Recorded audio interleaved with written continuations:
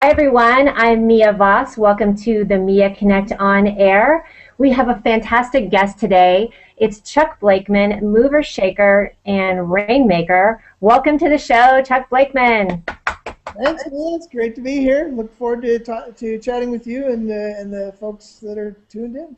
Yes, and hopefully all of your 20,000 Twitter fans are tuned in and watching because we're going to be talking about a lot of great things today. But I'm just going to turn it over to you quickly and just say, who are you, Chuck Blakeman? What makes you tick? Tell us about you.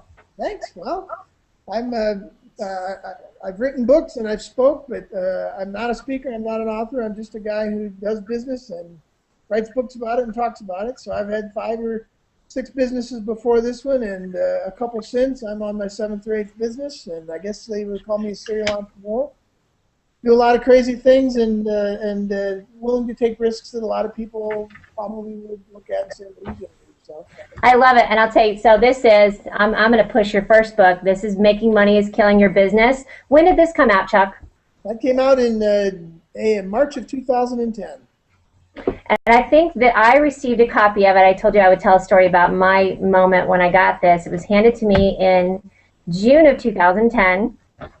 And I'll tell you what an eye-opener. I call it my reality check bitch lap because I thought I had a great business going on. I have a building inspection business, and I just thought, oh gosh, I've really got it going on. But I'm the sole producer, so I am on, as you say in 3 to 5 Club, the treadmill.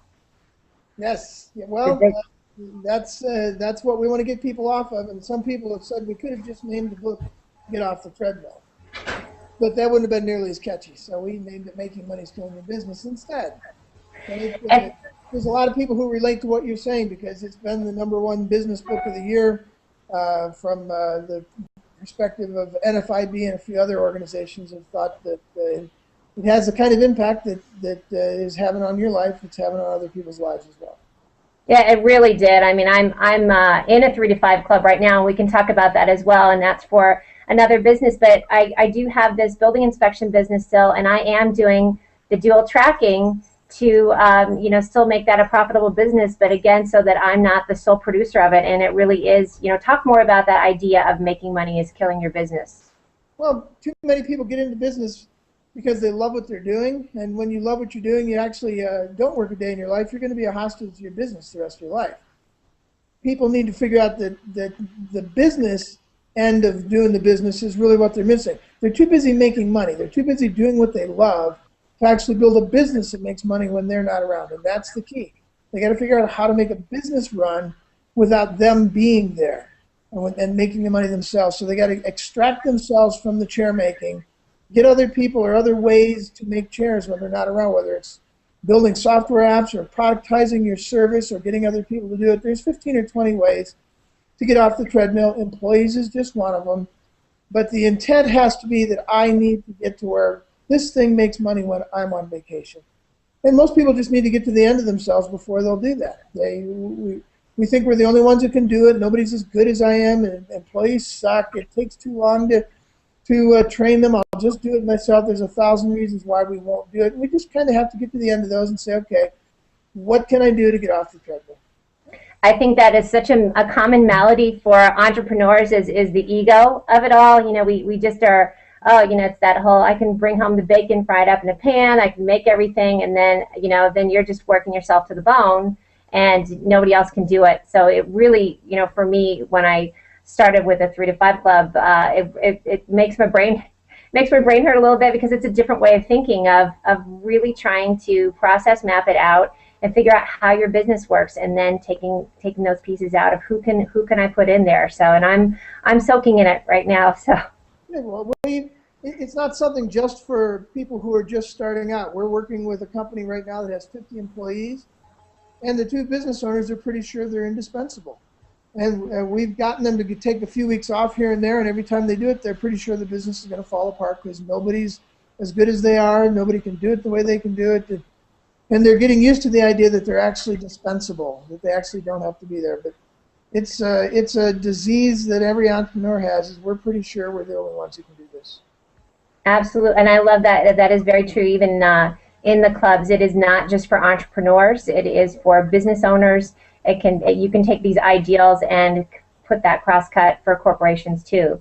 So tell us about 3 to 5 Club. I'm in one, but I want to hear your explanation of how you got that started and how many have you in the U.S. and national or internationally? Well, it starts with the belief that all economies run on the backs of small and local businesses with 1 to 20 employees that are actually sellable. That's what really runs economies. And nobody pays attention to those guys. They give them lip service, but nobody pays attention. Coaches, consultants, advisors, as soon as they get a job up market, they disappear. So we're committed to the small, the 1 to 20s. Those are the people that actually run the economies. And 3 to 5 Club was designed as a way to bring all the things that they need to know about running a business to that cohort of business owners.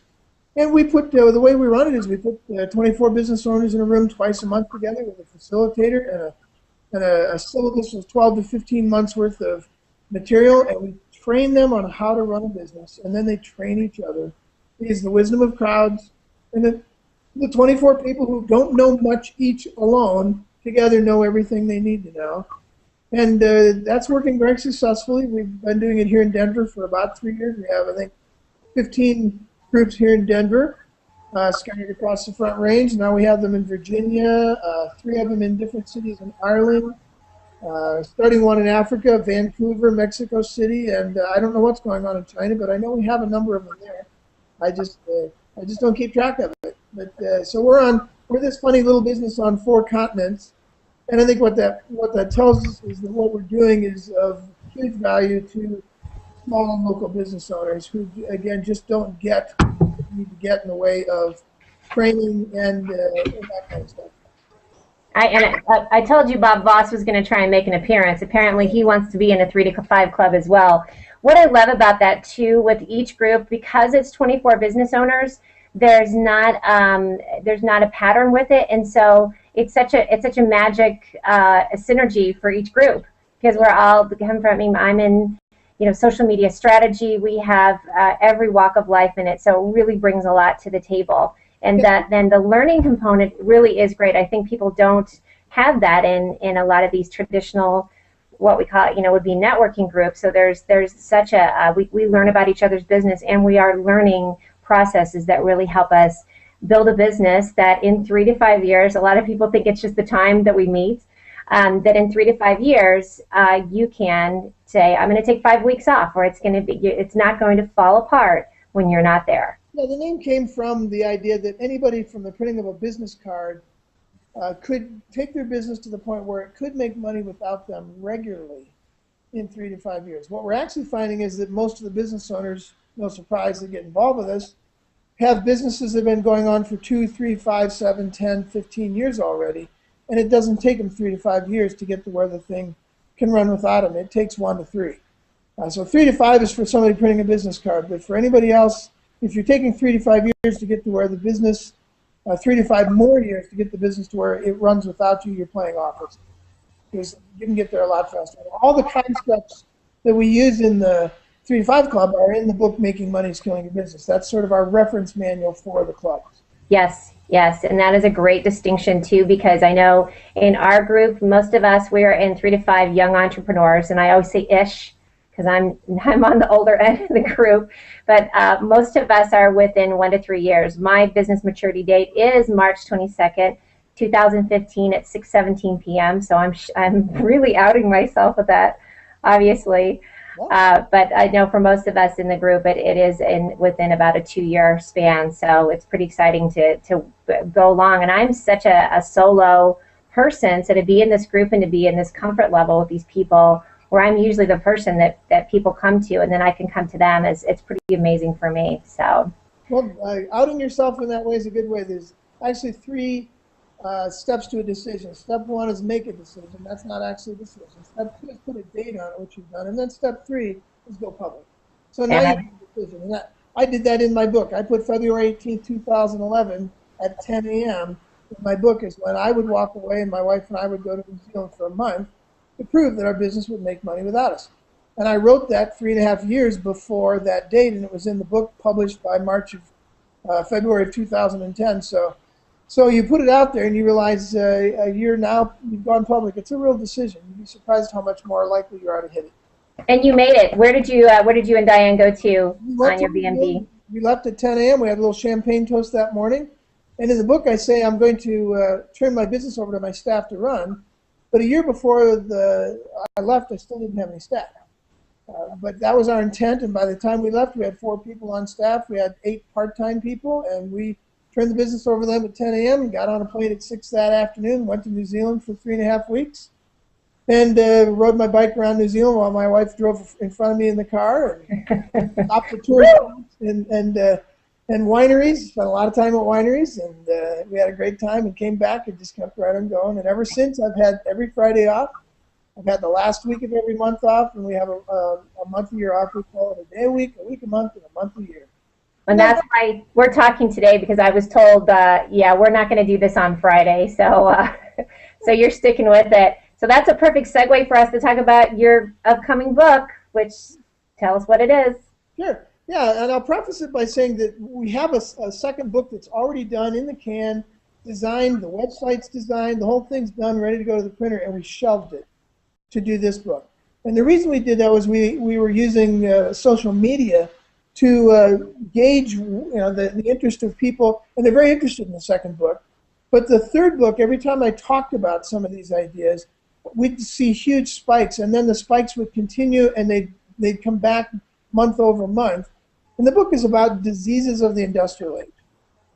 And I think the reason that business diseases of the industrial age, things we've drug into the new business world with us that don't belong here. By the 1970s, we were getting rid of the smokestacks and the assembly lines and all that. And we were replacing them with clean suits and nanotechnology. So the back office of the business has changed radically in the last 60 years. But we still have the same guy in the front office with the tie and the whole thing. The Dilbert Society reigns in the front office. The industrial age still reigns in the front office. So there's a whole bunch of diseases we drug into the industrial age with us. And as I would write about these things, I'd see huge spikes on the internet. And it would be things like people would be saying, this is the best thing I've read this century. Yeah. We're only 13 years in, but still, you get a feeling, okay, we're connecting with people on something that it's a real need right now. And as we analyzed it, we figured out the second book, I can put that out next year. It's not time sensitive. This book, there's a tidal wave of people feeling all of these things about the industrial age, that employment is a dumb idea, employees are a dumb idea, managers are a dumb idea, retirement is a bad industrial age idea. Money, giving away your time to get money is an idea that's not good. Big is actually an industrial. That's your first one on your blog post is big. Tell us about that. Yeah, well, big is just it's a new thing, and we need to be woken up to the fact that all these diseases aren't normal. We need to get rid of them. Big is one of those. There's only I think 1,000 companies that are more than a couple hundred years old. And only, I believe, 3 or 4 of them have more than 1,000 employees. There's only 200 companies that are over 500 years old, and only one of them has more than 100 employees. Being big is a very new thing in the world around us. And it's still not that big of a thing. It's just we're addicted to big. We love big. We love big pizza. We love big everything. Big houses, big people, big government, big business. We're just addicted to big. It's supersized, Chuck. It's supersized. There's a restaurant in Michigan that if you call ahead, you can get a 150-pound hamburger that's a foot high. We love big. We're into big. We're size queens for sure. The problem with that is that big comes with some really big problems. If you'd studied dinosaurs, they had some huge issues because they were big. And the same thing is true of big business. The bigger we get, the more complex it gets, the bigger the impact they have when they do something stupid. And so it's a very new thing, and the diseases of the industrial age all came from the fact that big began to dominate. It definitely, and I love that. It's such a great point too.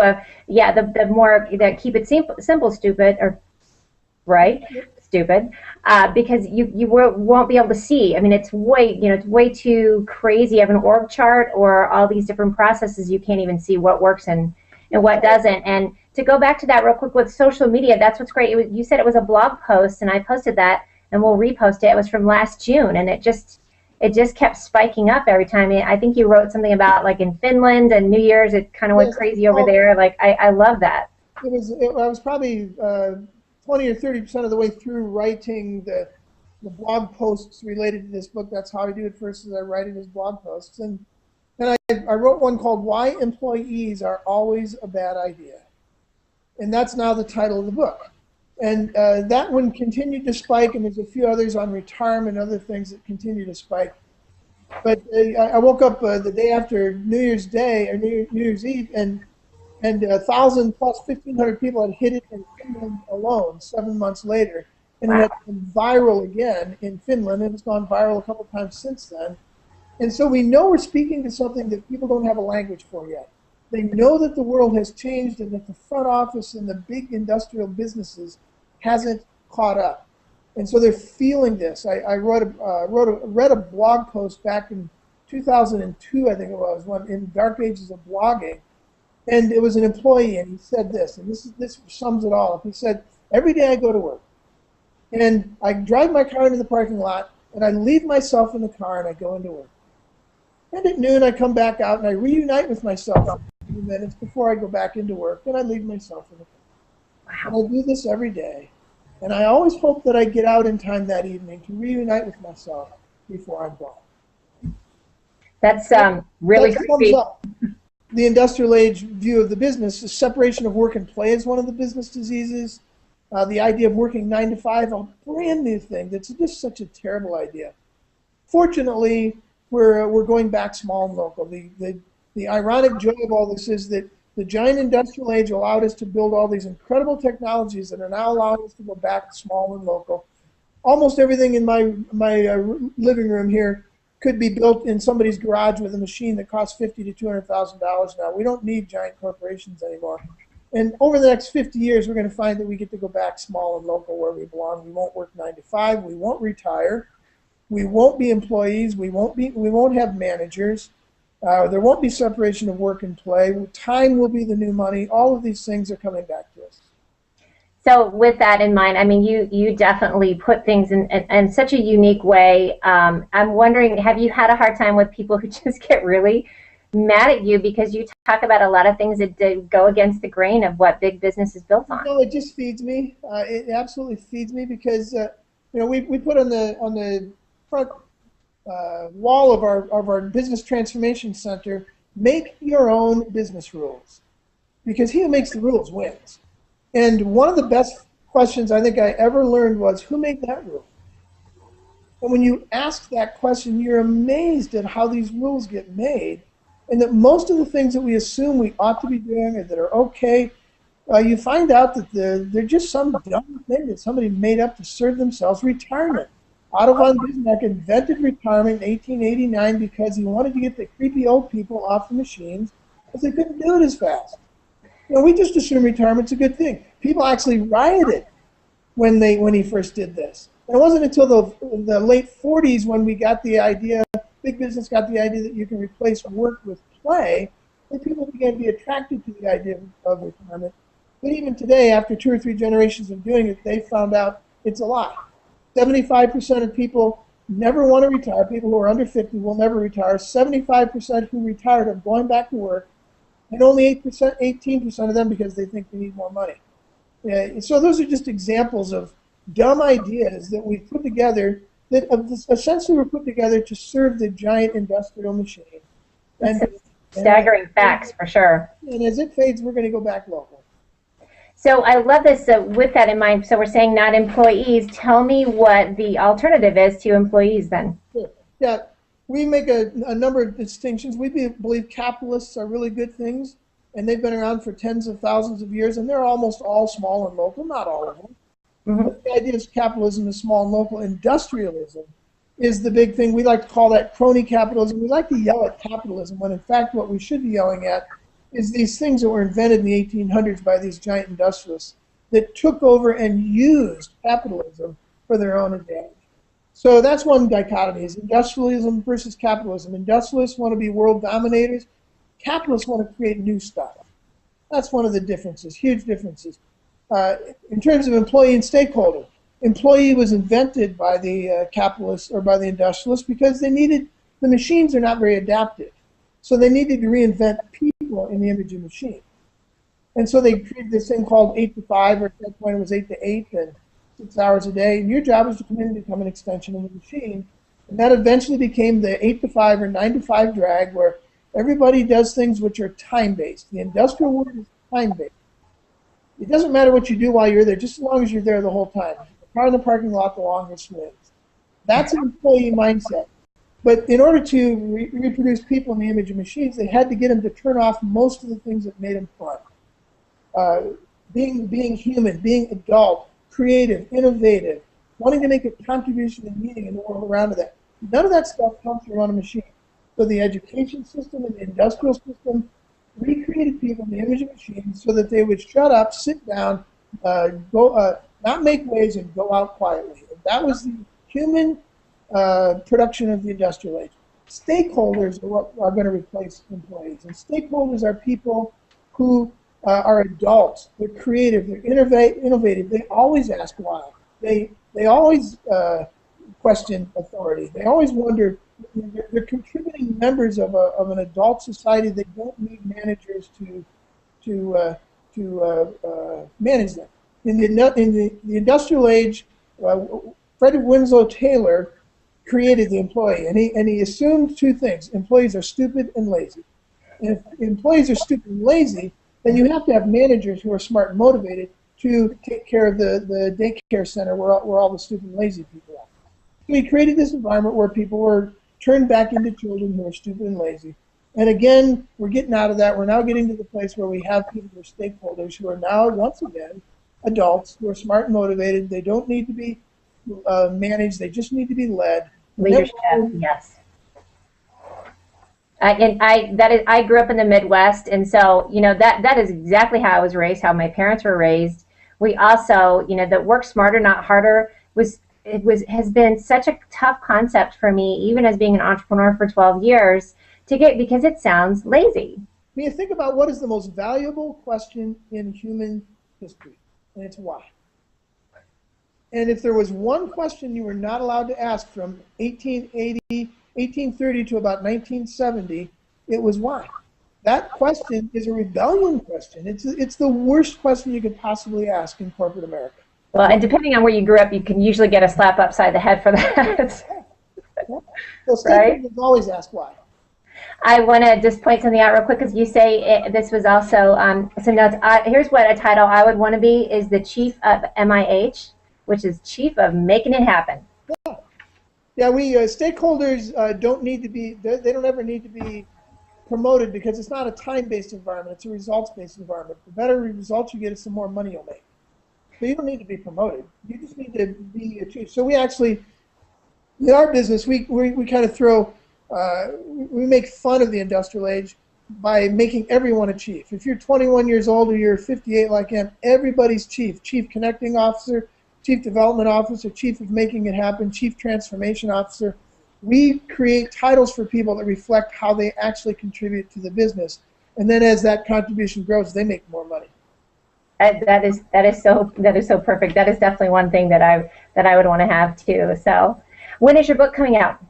This book is scheduled to come out July 30th. It's on a very fast track. I did not start writing it until the last week in January. I wrote 13 chapters in 13 days. Went to Florida, got the thing busted out, and now we're editing. So we're on a very fast track. It generally takes 13 to 18 months to put a book out. So we're going to do this in 6 months because, again, this is time-sensitive stuff. 3 years from now, this is going to be a big duh. I think it is a rainmaker moment for sure. Go ahead. The narrative right now for it. Well, I think all your Twitter fans probably were following you when you were down in Florida, and because I know you, I love how active you are. Chuck's my idol on Twitter. It's twitter.com, Chuck Blakeman. That's it. 20,000 fans. Again, this is where you were watching the trend go up and down. And so I love that you were reading the barometer of social media to see what was needed. Yeah, that's a very valuable piece of the business for just about any business these days, to do your analytics and see what's happening. As you do things, you're going to find out that people are your best allies. It's part of what I put in the book. We are now in the participation age. And the hallmark of the participation age is sharing. And so I have everybody on Twitter, on my blog, on Google+, on LinkedIn and Facebook. They're all sharing. We're all sharing together in building the narrative for this new book. And yeah, getting feedback from people. Well, let's get ourselves in trouble and just comment real quickly about the change with Yahoo. I know you and I talked about it the other day. Talk about going backwards. Yeah, it's one of the laziest leadership decisions I've seen in decades. It's easy industrial age to do it. Treat everybody exactly the same. They're all just part of a long extension of a machine. And so you see a systemic problem with your business that a majority of people are goofing off instead of working at home. And so you take everybody, you put them back in the playpen, the daycare center, and surround them with walls so that managers can manage the stupid and lazy people. In this case, they're just lazy, according to them.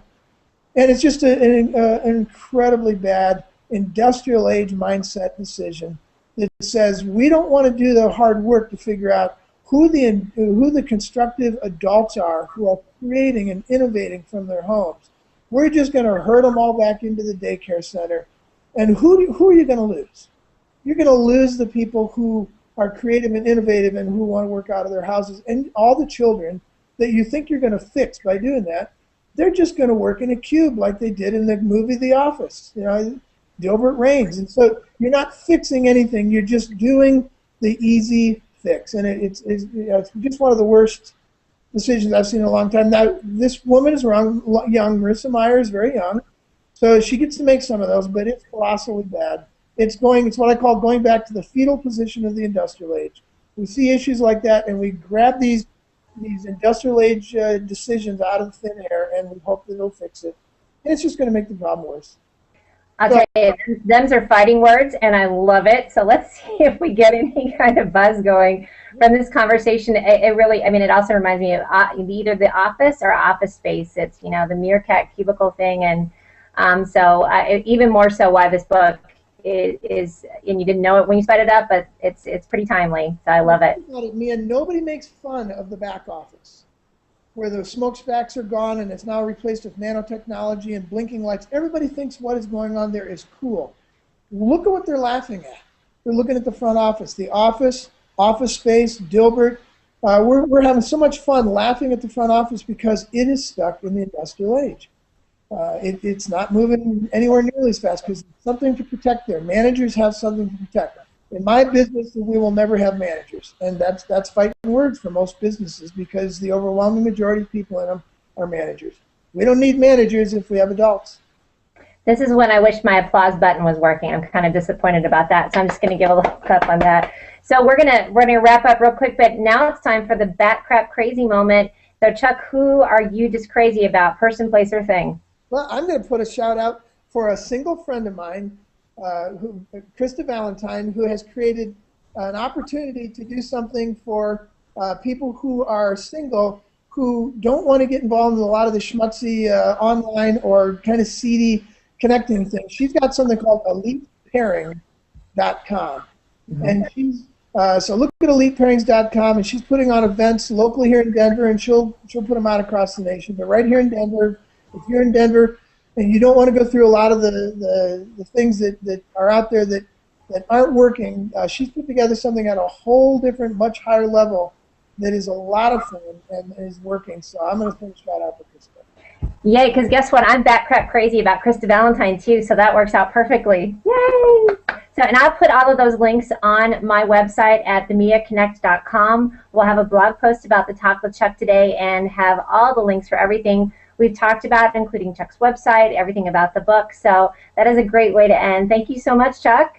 Thanks. It's great to be here. Look forward Thank you. Conate. Thank you, Conate. Have a great day, everyone. Thanks, Chuck. Bye-bye. Bye. June of 2010. And I'll tell you what an eye-opener. I call it my reality check bitch lap because I thought I had a great business going on. I have a building inspection business, and I just thought, oh gosh, I've really got it going on. But I'm the sole producer, so I am on, as you say in 3 to 5 Club, the treadmill.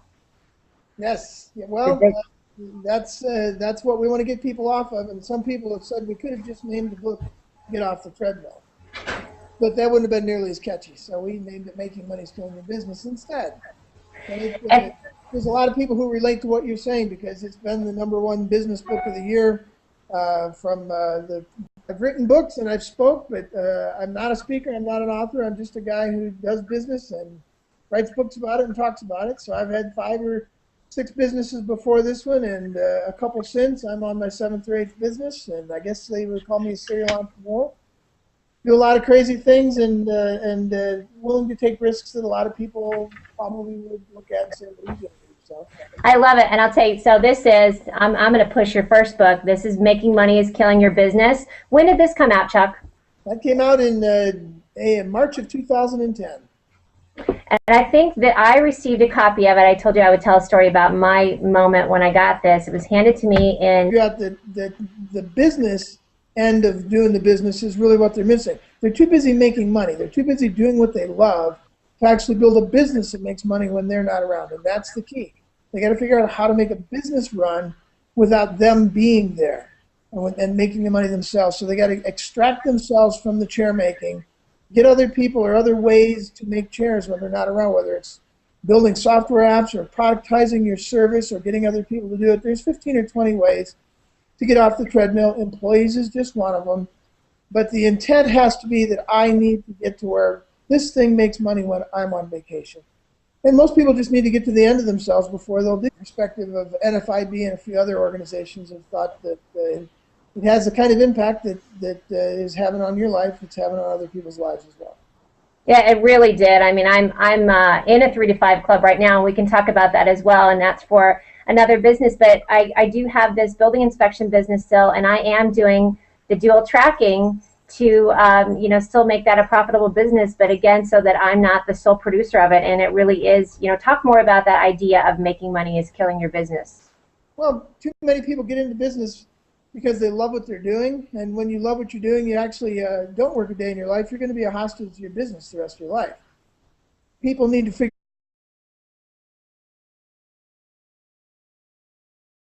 Hi everyone, I'm Mia Voss. Welcome to the Mia Connect on Air. We have a fantastic guest today. It's Chuck Blakeman, mover, shaker, and rainmaker. Welcome to the show, Chuck Blakeman. Thanks, Mia. It's great to be here. Look forward to chatting with you and the folks that are tuned in. Yes, and hopefully all of your 20,000 Twitter fans are tuned in and watching, because we're going to be talking about a lot of great things today. But I'm just going to turn it over to you quickly and just say, who are you, Chuck Blakeman? What makes you tick? Tell us about you. Thanks. Well,